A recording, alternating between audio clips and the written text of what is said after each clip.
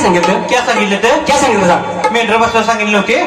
मग काय म्हणलं मामा? मेंढर बसून आली की तिथं मामा म्हणला खाली प्रसाद आहे तिकडे प्रसाद घ्या जावा. हा प्रसाद घेतला आणि टुक्या कुठे भात खाया गेले ते अजून कुठे आलेलंच नाही. हाक मारून येते का तू केला? टुक्या टुक्या तू